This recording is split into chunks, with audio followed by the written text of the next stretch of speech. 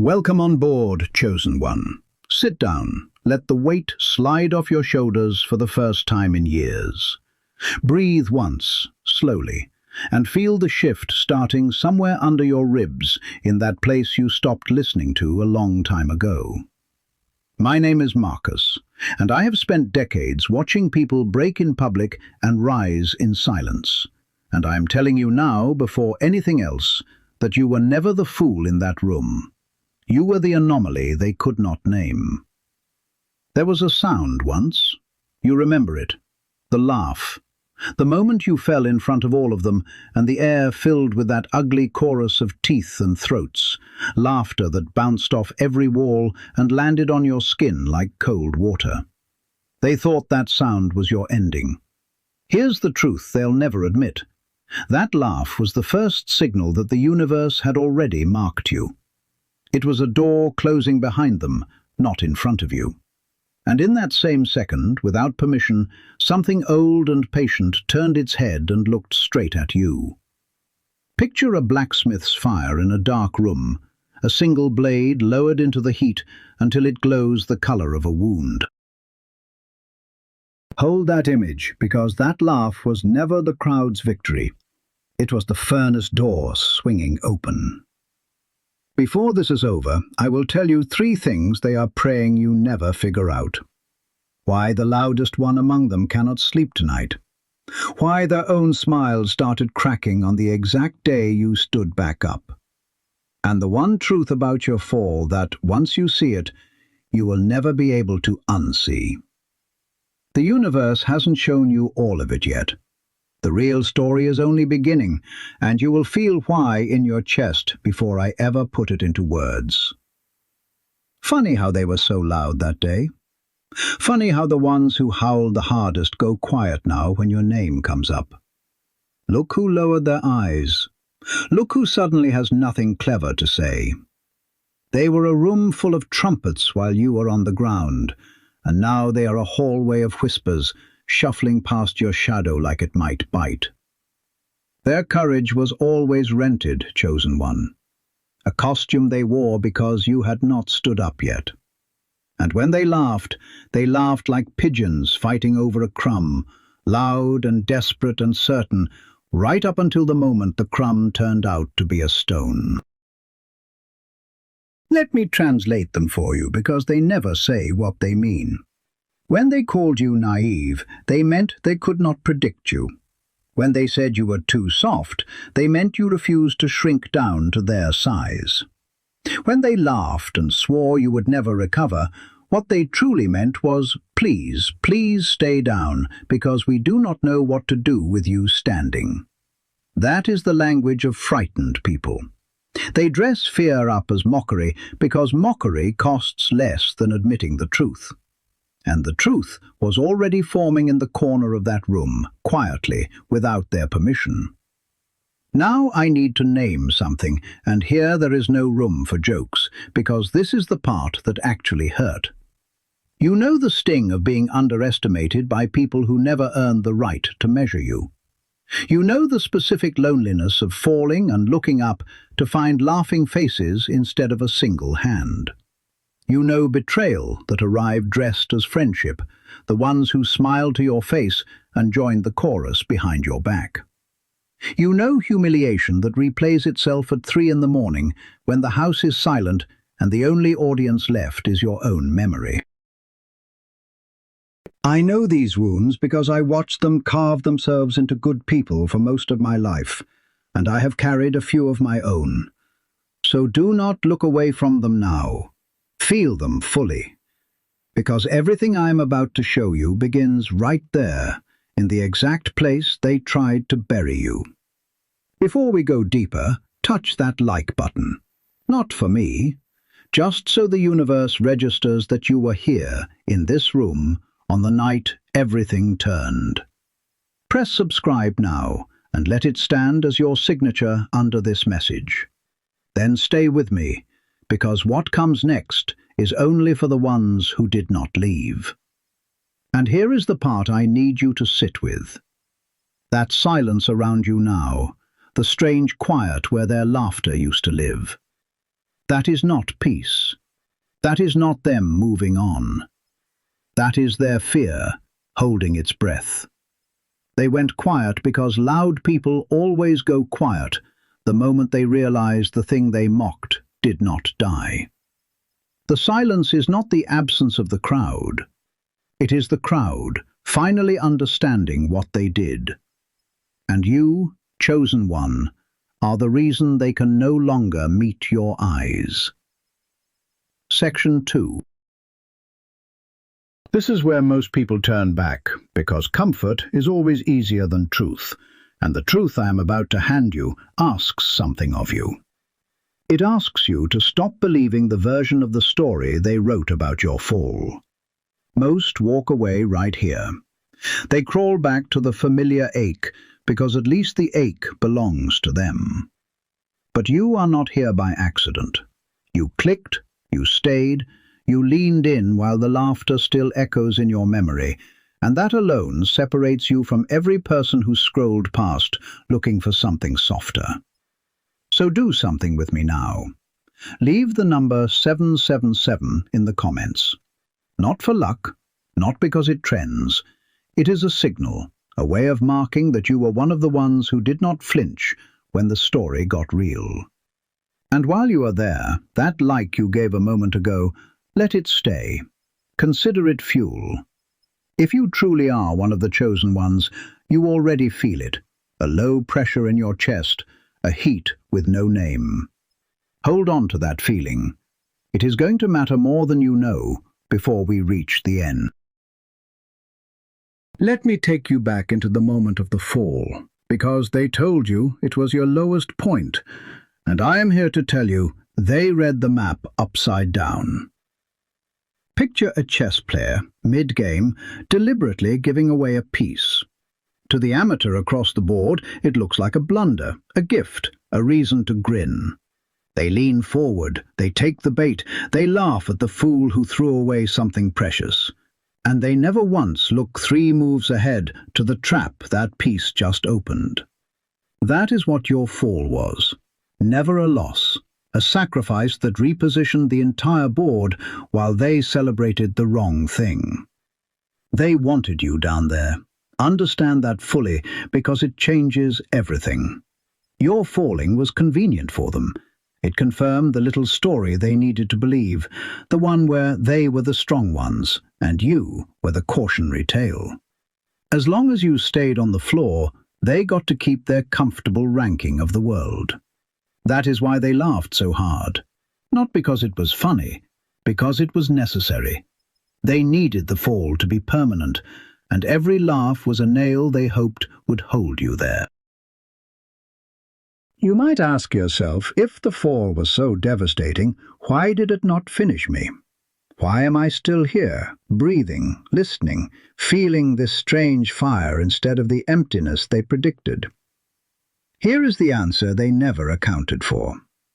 The fall failed to break you because you were never made of the material they assumed.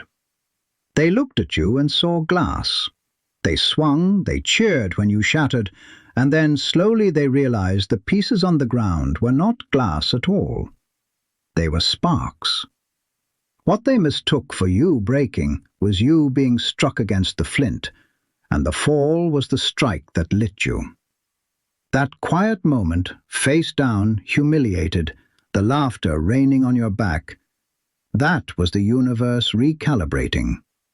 That was the exact second, and here I have to slow down because most people rush past it.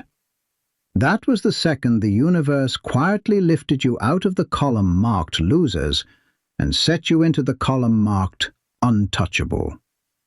You did not feel it as triumph. You felt it as pain. That is how it always arrives at first. The calibration never feels like a gift while it is happening. It feels like the end of everything. And then later you turn around and see it was the beginning of the only thing that ever mattered. They thought they had witnessed your defeat. Instead, they had witnessed your forging. And the distance between those 2 words is the distance between them and you for the rest of your lives. Too late. They already laughed. They already showed you their true faces. There is no unlaughing what a person reveals about themselves in the second they think you are finished. And that revelation, chosen one, is a map. I will show you exactly how to read it, but not yet, because first you need to understand what happened to the sound of them. Section 3. The laughter did not just stop, it curdled. There is a difference. When a sound stops, it simply ends and leaves clean silence behind. When a sound curdles, it turns into its opposite while everyone pretends nothing changed. That is what happened to their laughter. It soured in their throats the moment you rose, and now when they see you, the same reflex that used to produce mockery produces something they cannot control. A flicker in the eyes, a too quick glance away, a smile that never reaches the muscles that matter. Funny how the loudest room becomes the quietest hallway. I have watched this exact transformation more times than I can count, in boardrooms and in family kitchens, in old friendships and in whole towns, and it always obeys the same law. The volume of the mockery on the way down predicts the depth of the silence on the way up. The ones who laughed hardest at your fall are the ones who now cross the street. Not because they suddenly respect you, because they suddenly fear what they no longer understand. Let me decode this new silence for you, because it speaks even louder than the laughter did. When they go quiet as you enter, that is not indifference, it is calculation. They are trying to work out what you know that they do not. When they stop bringing up the fall, that is not kindness, it is self-protection, because reminding you of it now feels dangerous in a way they cannot put into words. When they say nothing at all, that nothing is the loudest confession a coward has left to give. Silence from someone who used to mock you is surrender they are too proud to sign. I remember a man I watched for years, and I will keep this brief because it is yours to learn from, not mine to dwell on. He was the punchline of every gathering, the one they invited so they would have someone to feel taller than. He fell publicly once, badly, and the laughter that night is a thing I can still hear if I close my eyes. He did not argue. He did not explain. He simply went quiet. And he stayed quiet. And years later I watched the very same people who howled that night stand in a room where his name was spoken with something close to reverence, and I watched them go still. The laugh had died in their throats. I saw it die, and not one of them ever admitted why. They can't laugh anymore, chosen one. That is the part that torments them. The reflex is broken. Their bodies remember laughing at you, but the situation no longer allows it, and a laugh with nowhere to go turns into a knot in the chest. Every time they see you climb a little higher, that knot pulls tighter. They hate that. They hate that the one tool they use to control you with, ridicule, has been ripped out of their hands and placed into yours. Because now, if anyone is going to laugh, it is going to be the universe, and it is going to be laughing on your side. Here is what I want you to notice, and it is the thread I will keep pulling through everything ahead. Their fear does not announce itself. It disguises itself as coldness, as distance, as sudden politeness, as that careful new respect that appeared out of nowhere. You might have mistaken these for signs that you had lost them. You did not lose them. You outgrew them, and their strange new behavior is not rejection. It is the body language of people standing beside something they can no longer measure. And there is a reason, a specific reason, that the loudest one among them now lies awake at night, unable to close their eyes. I know exactly what it is, and I am going to name it plainly a little later, because you are not quite ready to hear it yet.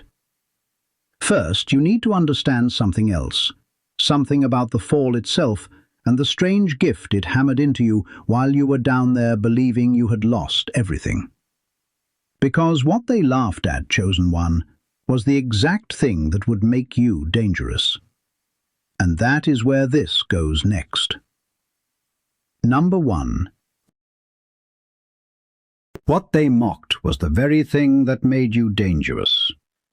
Hold that sentence because it rearranges the whole story. They looked at your fall and saw weakness. They never once suspected they were staring straight at ammunition. Picture a sniper lying motionless on a ridge for hours, so still that the birds land near him, so patient that the enemy strolls past, believing the hill is empty. To the untrained eye, that stillness is nothing, a man doing nothing on a hill. But stillness is aim wearing a disguise, Chosen One. And what they read as your defeat was you settling into a position they were too loud to notice. You might wonder how pain becomes a weapon, how the worst moment of your life could be the thing that armed you. Here's the truth they'll never admit. Comfort has never forged a single soul, because comfort has no hammer and no heat. The people who laughed at you stayed soft in the places that matter, since nothing had ever struck them hard enough to leave a temper in the metal. You were struck, publicly, completely. And that strike handed you something no comfortable person will ever hold. A nervous system that already survived the thing they are still terrified of. They fear falling. You have already fallen. You know the floor is not the end of the world, because you have stood on it and risen. That knowledge makes you unmanageable. I have watched this my whole life, noticing it again and again, until it became undeniable. The ones who are never mocked stay brittle.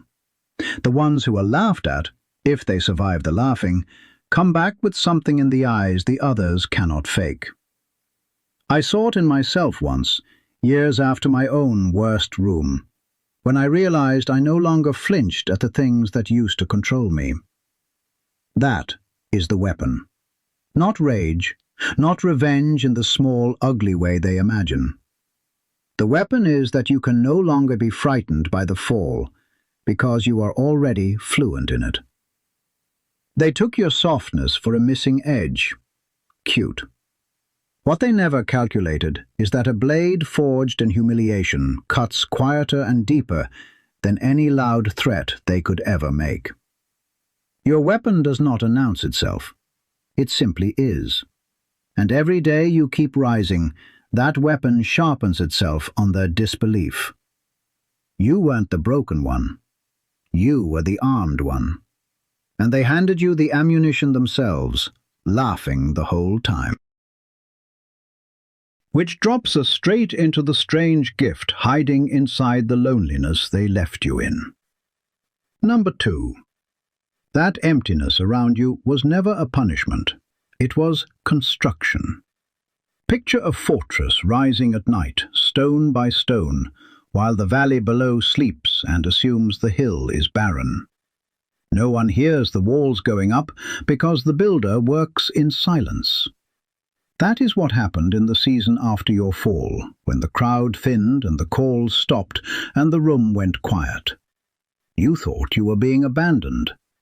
You were being walled. Every person who left removed a weakness from your perimeter. Every friendship that dissolved under pressure was a gate that would have let the enemy walk in later. Here is the part that stings, so I will not dress it up. Loneliness after a fall feels like proof that you were worthless. It feels like the world confirming their laughter. Long nights, a phone that never rings, the specific ache of remembering how full the room used to be. I will not pretend that does not hurt, because it does, and anyone who tells you otherwise has never truly stood in that quiet. But feel it honestly, because on the other side of that honesty is a truth that flips its whole meaning. You might ask yourself, if they truly abandoned me, does that not prove I was disposable? No, it proves they were tourists. They visited your life while the weather was good and vanished when the storm rolled in.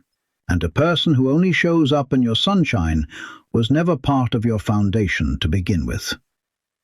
The storm did not take your people. The storm revealed that they were never yours. And the ones who scattered did you a service they will never understand. They marked the exact dimensions of your fortress by showing you where the walls needed to stand.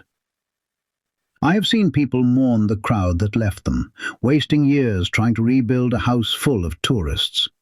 And I've seen the rare ones, the chosen ones, realize the empty rooms were never a loss, but a blueprint. What looks like isolation from the outside is sovereignty from the inside. You do not need a crowd to feel your own weight anymore. That is not sad, chosen one. That is untouchable. The zone they abandoned became the zone they can no longer enter.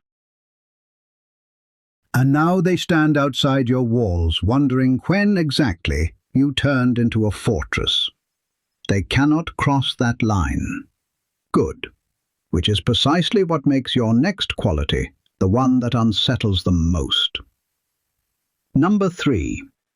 Your patience terrified them long before you understood why. Picture an iceberg drifting through cold water, showing the world one small white peak, while 9/10 of its mass moves silent beneath the surface, ancient and enormous and utterly unbothered. Ships change course for what they cannot see. That is your patience. What they witnessed was stillness. What they never measured was the mass underneath. And nothing frightens a loud person more than a still one who refuses to react on schedule. They expected you to lash out after the fall. They wanted it, honestly, because a person who lashes out is a person you can predict, provoke, and dismiss. Instead, you went quiet, and your quiet drove them slowly out of their minds. They kept waiting for the explosion that would prove you were as small as them. It never came. And a person who does not hand you the reaction you baited them for becomes, to a coward, a source of dread, because it means they are not playing your game at all. They are playing a longer one. Now, before I go further, there is a specific reason the loudest one among them cannot sleep at night, and I promised I would name it plainly. I will, in the very next breath of this story. But first, understand the mechanism, because the reason lands harder once you see how it works. Their sleeplessness is not random guilt. It is the direct result of watching a patient person keep rising while they keep waiting for the collapse that patience refuses to deliver. You might ask yourself, did my patience make me look weak to them? For a while, yes. They read your restraint as resignation. They told themselves your silence meant you had accepted the ranking they assigned you. That misreading is the trap, and they walked straight into it. Because patience that looks like defeat is the most dangerous disguise a person can wear. It lets the enemy relax. It lets them get comfortable. It lets them turn their backs. And a predator, chosen one, does not need the prey to be weak. It needs the prey to be comfortable. I learned this slowly and at some cost. For years, I mistook my own patience for a flaw, a thing that made me a doormat, until I watched what it did to the people who counted on me reacting. My stillness rearranged them. It made them nervous in a way my anger never could have. Anger they knew how to fight. Silence they had no answer for. That is when I understood that patience is power that has learned to wait for the exact right second. You weren't passive, you were calibrated. And the loud ones felt that calibration humming under your silence long before they could name it, which is exactly why the loudest one now lies awake, and why the real reason behind that sleeplessness is the next thing I am going to place in your hands. Number 4. Here is the real reason the loudest one among them cannot sleep. It is not guilt though they would prefer it were, because guilt can be argued away. It is recognition. Somewhere in the dark, when the performance is over and there is no audience left to impress, that loud one remembers the exact look on your face when you rose, the same face they laughed at hours before, and understands for the first time that they picked the wrong person to laugh at. Picture a storm gathering on the horizon, still silent, still miles off, but the air has already changed, and the animals have already gone quiet, and every living thing knows on some ancient level that what is coming cannot be stopped. That is what lives in their chest at 3 in the morning. Not remorse, barometric dread. They lie awake because part of them always knew. The loudest laugh was never confidence, chosen one. It is the sound a person makes to drown out their own instinct. When they howled at your fall, they were shouting over a quiet voice inside that whispered, "This one is different. Be careful." They ignored it then because you were on the floor, but the voice was right, and now that you are standing, the voice is all they can hear. They cannot unhear it. They cannot laugh over it anymore, because the situation has stripped the laugh from them. So it plays on a loop in the dark. They thought they were mocking you. Instead, they were recording the evidence of their own misjudgment, and now it replays without their permission.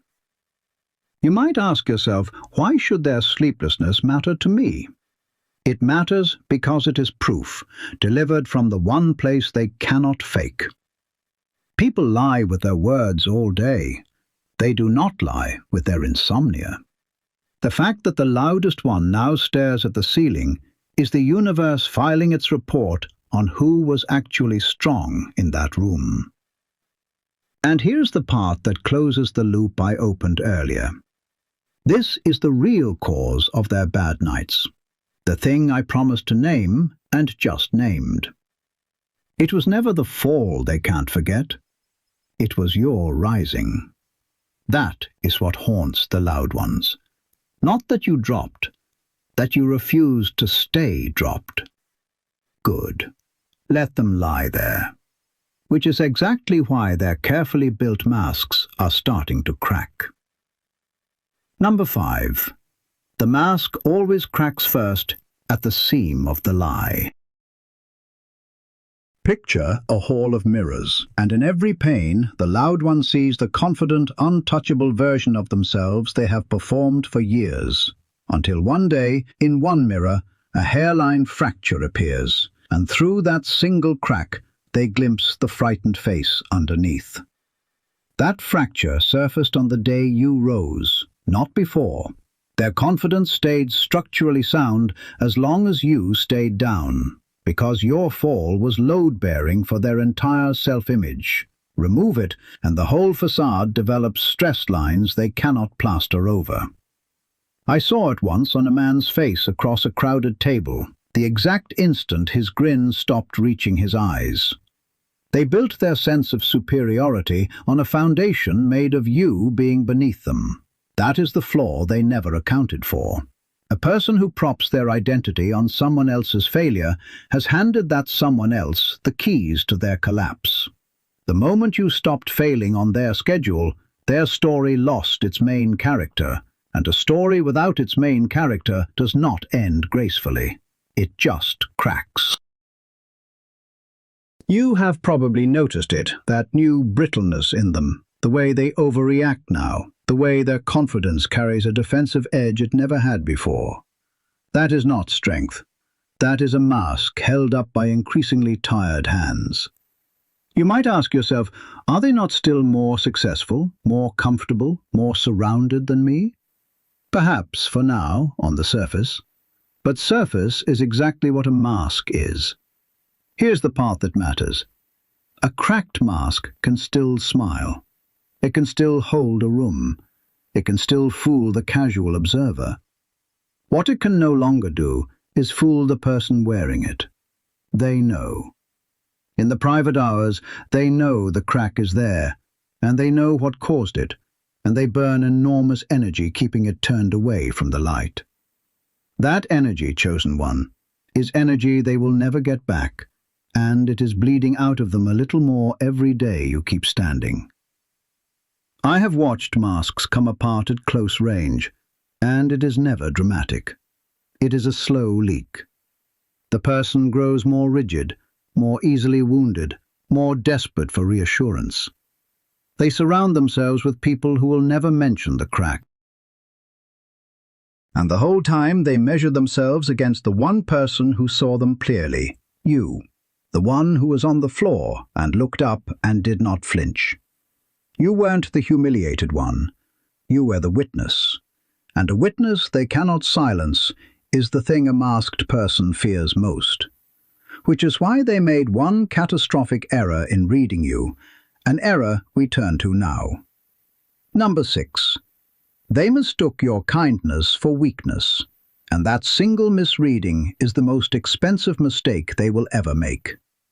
Picture a river, wide and calm, so smooth on the surface that children skip stones across it, and men build their little docks along it, and everyone forgets, because it is gentle, that this same water is the thing that carved the canyon. Softness is what power looks like when it is not threatened. And they, being small, could not tell the difference between a person who could not fight and a person who simply chose not to. Your kindness was never naivety, it was overflow, the calm of someone who has more than enough. You were gentle because you had enough, because cruelty is the language of the starving, and you were never that hungry. But to people who mistake meanness for strength, gentleness reads as an opening, a soft spot to press. So they pressed. They laughed. They took your patience for permission. And here's the truth they'll never admit. Every push they made against your softness taught you exactly where they were weak, because a person reveals their own cruelty most fully in the moment they are testing yours. You learned them. While they believed they were exploiting your kindness was mapping their character in perfect detail. You might ask yourself, should I have been harder? Should I have met their cruelty with my own? No, that is precisely the trap that would have turned you into one of them. The second you match a cruel person's cruelty, you have agreed to play on their board, by their rules, in the one arena where they have trained their whole lives. Your softness kept you off that board. It kept you clean. It kept you dangerous in a way they still cannot decode, because they have no framework for a strong person who refuses to be cruel. They can only understand power as brutality, so a powerful person who is kind is, to them, a glitch in the system. I have carried this lesson at some cost because for a long time I too believed my gentleness was the reason I got hurt. It took me years to understand it was the reason I stayed whole.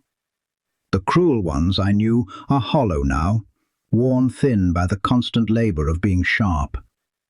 The kind ones who held their softness through the fire, those are the ones still standing with something left in the tank. Your kindness was armor the whole time, mistaken for a crack in the armor. You weren't too soft to survive. You were too whole to break. And that wholeness, chosen one, is now carrying you toward a line in this story that, once crossed, can never be uncrossed. And I need you a little stronger before I show you where it is. Because the next thing I have to reveal is a truth that, once you see it, you will not be able to unsee, and you are almost ready. Number 7. There is a point of no return, and you have already crossed it, whether or not anyone announced it. Picture a rocket at the exact instant it clears the pull of the earth, when the trembling stops and the roar fades, and there is suddenly only silence and forward motion, and gravity, which ruled every second of its existence until now, releases its grip and can never take hold again. That is where you are. You have cleared the atmosphere of who you used to be for them. The version of you they knew, the one they could laugh at and predict and diminish. That person is now behind you, at a distance that grows every hour, and the universe has quietly closed the door back to them. You feel this, I think, even if you have never had words for it. There is a strange finality in you now, a sense that you could not return to your old smallness even if you tried, even if some tired part of you occasionally wants to. That feeling is escape velocity, and it never lets go. Once a person truly rises after a public fall, something inside them fuses shut. The door that used to let their opinion into your bloodstream seals over, and their laughter, which used to have the power to wound, arrives at a wall now and simply stops. You do not react the way you used to, because you cannot. The receptor is gone. You might ask yourself, what if I slip? What if I fall again? Will I not be right back where I started? No. And this is the mercy hidden inside the point of no return. You can never begin again from where you began, because the person who started there no longer exists. Even a stumble now happens to a different being, one who has already crossed the line and knows the geography on the other side. They are still living in the story where your fall was the ending. You are living in the one where it was the launch. Two separate worlds, and the door between them has closed, and you are the one it closed behind. Here's the truth they'll never admit. They have been waiting quietly for you to come back. Not to welcome you, but to restore the old order where they were above and you were below. They need you to return, because your absence from that ranking exposes the whole thing as a fiction. And you are not coming back. That is the quiet catastrophe unfolding on their side of the closed door. They keep the seat open for the old you, and the old you is never walking through it again. You didn't just recover, you relocated. Which is the exact moment their understanding finally, uselessly, catches up. Number 8. Their realization arrives, and it arrives too late to matter. Picture a person standing on a train platform, watching the train pull away, and only as the last car disappears do they finally read the sign and understand they were meant to be on it. That the whole time they were laughing on the platform, the departure was being called, and now the rails hum with an emptiness that will not fill again. That is the shape of their reckoning. It comes. It always comes. The loud ones do eventually understand exactly what stood in front of them and exactly what they did. But understanding on an empty platform is not wisdom. It is grief with nowhere to go. The apology, when it comes, and for some of them it will come, does not sound like an apology. It sounds like a confession of defeat wearing the costume of politeness. When they finally say some version of, "I was wrong about you," listen closely, because underneath those words is the real message. It says, "I have measured us both, and I lost, and I can no longer pretend otherwise." That is what their sudden warmth means. That is what the unexpected message, the reappearance, the careful compliment, all of it means. It is the sound of the platform realizing the train is gone. Too late. They already laughed. And no apology retroactively edits the moment they showed you who they were. You might ask yourself, should I accept it? Should I let them back now that they finally see?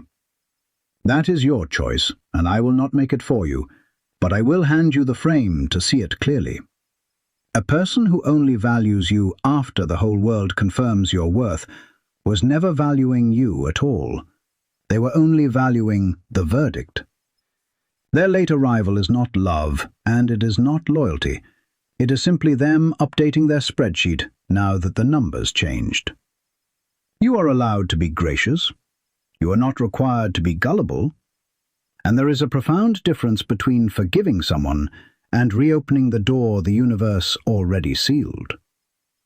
I have watched these late realizations play out from the distance many times, and the pattern is always the same and always a little tragic. The ones who mocked spend the arrogant years certain they were right, and then reality turns and they are left holding a knowledge that arrived one station too late. They understand you now. They understand exactly what they threw away with their laughter. And that understanding, chosen one, is its own quiet punishment, self-administered, requiring nothing from you at all. You do not need revenge. Their comprehension is the revenge, and it runs on a clock you never have to wind. You weren't the one who missed the train. They were. Which leads to the hardest, cleanest truth of this entire story, the one waiting just ahead. Number 9. You were never lucky. You were inevitable. Picture a seed buried under packed dirt, in the dark, under the weight of everything, looking for all the world like something that has been buried in the sense of finished, ended, gone.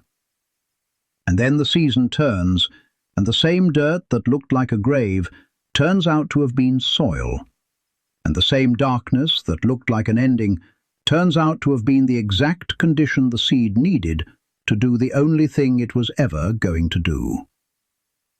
You were not buried, chosen one. You were planted.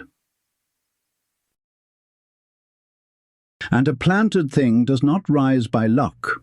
It rises by nature. This is the truth I have been carrying you toward, the one that reframes the fall, the laughter, the loneliness, the patience, all of it, into a single unbroken line. Your rising was never a lucky break, never an accident, never a fluke that could have gone another way. It was the built-in consequence of what you are. The fall did not create you, it revealed you. The laughter did not defeat you, it time-stamped the beginning of the inevitable. Every single thing they did, every mockery, every abandonment, every underestimation was not an obstacle to your rising, it was the mechanism of it. They were, without ever knowing it, the instruments of the very thing they were laughing at. You might ask yourself, if I was inevitable, why did it feel so uncertain? Why did I doubt? Why did it hurt so much along the way? Because being inevitable and feeling comfortable are two entirely separate things. The seed does not feel inevitable in the dark. It feels buried. The blade does not feel inevitable in the fire. It feels like it is being destroyed.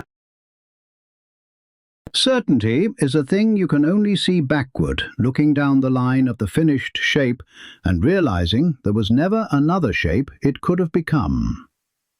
You are at the point now where you can turn and look back down that line and see it. The fall was always going to become the rising, because you were always going to be you. And here is where the laughter finally completes its circle, chosen one. Remember that sound, that ugly chorus in the room when you fell, the laugh they thought was your ending. Now hear what it actually was. It was the starting gun. It was the universe announcing, in a language they were too small to translate, that the chosen one had entered the arena. The laugh meant to bury you was the exact sound that marked your beginning.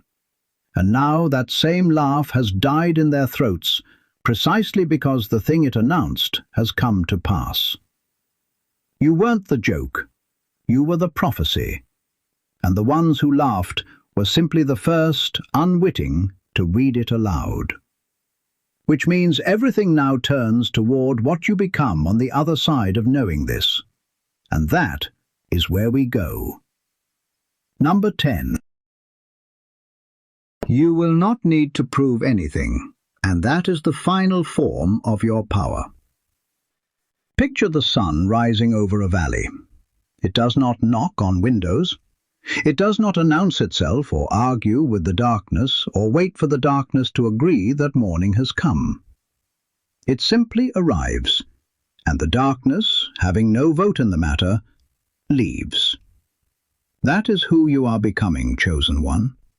Not a person who fights to be seen, a person whose presence ends the argument just by existing. The need to prove yourself was always a leftover from the days when you still believed their ranking was real. That belief is dead now, and with it dies the exhausting labor of proof. Watch what happens inside you when you stop performing for people who already lost.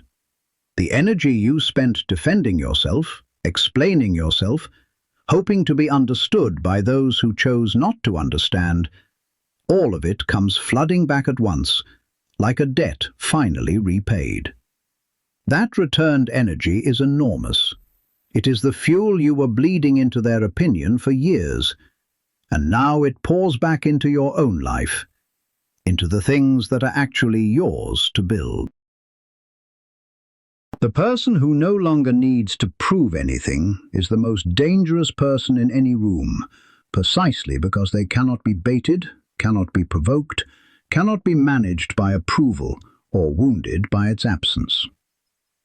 You might ask yourself, but do I not deserve to be acknowledged after everything? You do. And here is the twist the universe hands to the ones who stop demanding it. Acknowledgement chases the person who stops chasing it. The moment you release the need for their recognition, recognition starts arriving from directions you never courted, from people who owe you nothing, from the quiet respect of strangers, from the world itself rearranging around a person who finally stands at full height without apology. The ones who mocked will see this too, and it will confirm everything they feared, and there will be nothing they can do about it. You weren't put here to prove them wrong. You were put here to prove yourself right, and that is a verdict only you can deliver. Which brings us to the hardest release of all, the one waiting in the next breath. Number 11. The ones who leave from here are meant to leave, and you must let them go without a war. Picture a tree in autumn, releasing its leaves not in grief but in season, dropping the very things it grew all summer. Because a tree that clung to every leaf through winter would die under the weight of its own past. You are entering an autumn of people, chosen one. Some who followed you this far will not follow you further, and the temptation will be to grab, to convince, to hold the leaf against the season. Resist it. Not everyone who was right for the fall is right for the rising, and forcing them to stay only rots what was once real between you. This is a gentler truth than the ones about your enemies, but it cuts closer because it is about the ones you actually loved. Some of them cannot come with you, not because they are cruel, but simply because your rising asks a size of them they have not chosen to become. That is not betrayal. It is only the shape of growth, which always changes the fit of your relationships, whether anyone wanted it to or not. Let them go with grace. Bless the season you shared. And do not mistake the ache of releasing a good leaf for a sign that you should have stayed a smaller tree. You might ask yourself, how will I know the difference between someone I should release and someone I should fight to keep? Here is the measure, and it is simple. The ones meant to stay grow toward your rising. The ones meant to leave grow tired of it. Watch which direction a person leans when you get larger. The right people expand to meet you. The wrong ones, even the beloved wrong ones, contract and quietly ask you to contract along with them. You cannot spend your one inevitable life shrinking to fit people who will not stretch. You weren't given this rising to abandon it at the door of someone else's comfort. Let the leaves fall. The tree is not diminished. The tree is preparing for the one dawn everything has been building toward. And that dawn is where we go now. Number 12. This is where I leave you, and where you truly begin. Picture a lighthouse keeper who has spent the whole night guiding one ship through the rocks, and now, at dawn, the ship clears the last reef and slides into open water. And the keeper does something that looks like an ending, but is actually the entire point. The keeper turns off the light. Not because the ship no longer matters, but because the ship no longer needs it. Because a vessel that has learned the passage carries the map inside itself now. My words were the light, chosen one. The passage was always yours, and you have cleared the last reef. Let me gather it into your hands one final time, so you carry it whole. The laugh was the furnace, and you were the blade, and the fire meant to destroy you was the only thing that could ever have forged you. The loneliness was the fortress, built stone by stone in the dark while they slept. The patience was the iceberg, 9/10 of your power moving silent beneath a surface they could not read. The kindness was the river that carved the canyon, mistaken for weakness by people too small to recognize abundance. The point of no return is behind you. The door to the old smallness is sealed. Their realization arrives on an empty platform. And you were never lucky. You were the seed, planted, and rising was always the only thing you were ever going to do. This is not the end of the story, chosen one. It is the first line of the one you write standing up. Here's the truth they'll never admit, and it is the last one I will give you, so hold it. They will spend the rest of their lives explaining what happened to you, and every explanation will be wrong, because they will reach for luck, for timing, for circumstance, for anything except the one answer that would cost them too much to say. They will never admit that you were simply more than they measured. And you do not need them to admit it, because the admission was never the prize.